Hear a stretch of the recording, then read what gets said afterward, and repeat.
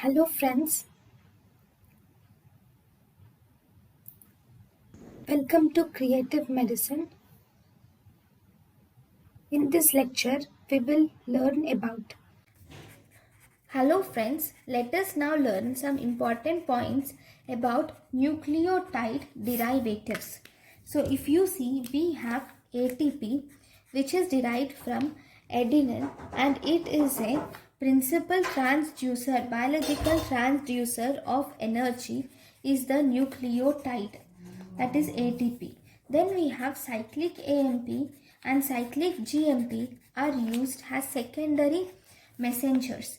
Then S-adenosyl methionine is used as a methyl donor.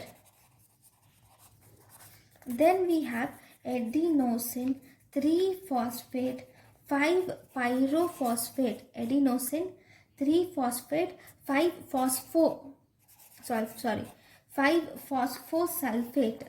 Because it has a sulfate group, it is used as a sulfate donor in different reactions. So if you see, this is adenosine 3-phosphate 4-phosphosulfate, and we have UDP which is used in the synthesis of glycogen, and also there is UDP glucuronidation also.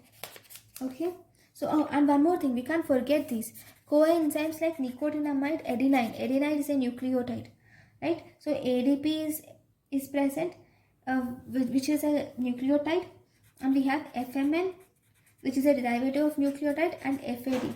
These are the derivatives of nucleotide and they are acts as coenzymes.